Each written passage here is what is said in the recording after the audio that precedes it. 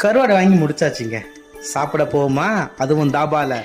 வணக்கம் மக்களே, நான் தான் உங்கள் ஷேப் அண்ணா. எல்லாத்தையும் கேட்டாங்க எங்கே போய் சாப்பிட்லான்னு போகிறவில்ல. என் அண்ணன் சொன்னால் தாபாவில் சாப்பிட்லான்னு சொல்லிட்டு ஆசையாக இருக்குண்ணா. உடனே நாங்கள் அதே ஸ்பாட்டு வர அந்த ஹைவேஸ்லேங்க பஞ்சாபி தாபான்னு ஒரு ரெஸ்டாரண்ட் இருந்துச்சு. அதுக்குள்ளே தான் வந்தாங்க. தாபாக்குள்ளே வந்தாச்சு.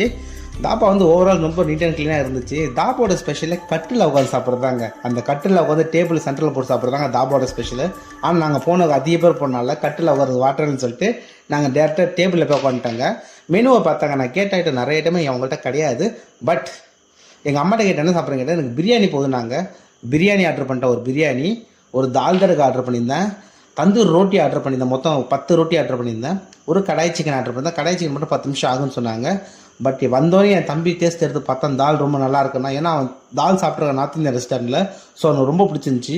என் அண்ணனுக்கும் நார்த் இந்தியன் ஃபுட் ரொம்ப ஃபேவரெட்டு. சரி, கடாய் சிக்கன் எல்லாமே வந்து நம்ம டேபிளில் வந்து எல்லா பிளேட்லேயுமே அழகாக சர்வ் பண்ணிட்டு நம்ம சாப்பிட ஸ்டார்ட் பண்ணியாச்சு.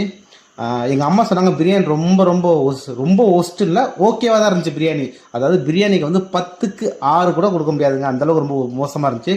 But dal, kadai chicken, tandoor ரொட்டி அல்டிமேட்டாக இருந்துச்சு உண்மையிலே. இதெல்லாம் ஓவரால் ப்ரைஸ் எவ்வளோ தெரியுமா ஆச்சு? எனக்கு ஆல்மோஸ்ட் 900 ரூபாய்க்கிட்ட ஆயிடுச்சு. நல்லா சாப்பிட்டு ஜாலியாக தண்ணியை குடிச்சிட்டு டீ கேட்டோம். டீ இல்லை நாங்கள்.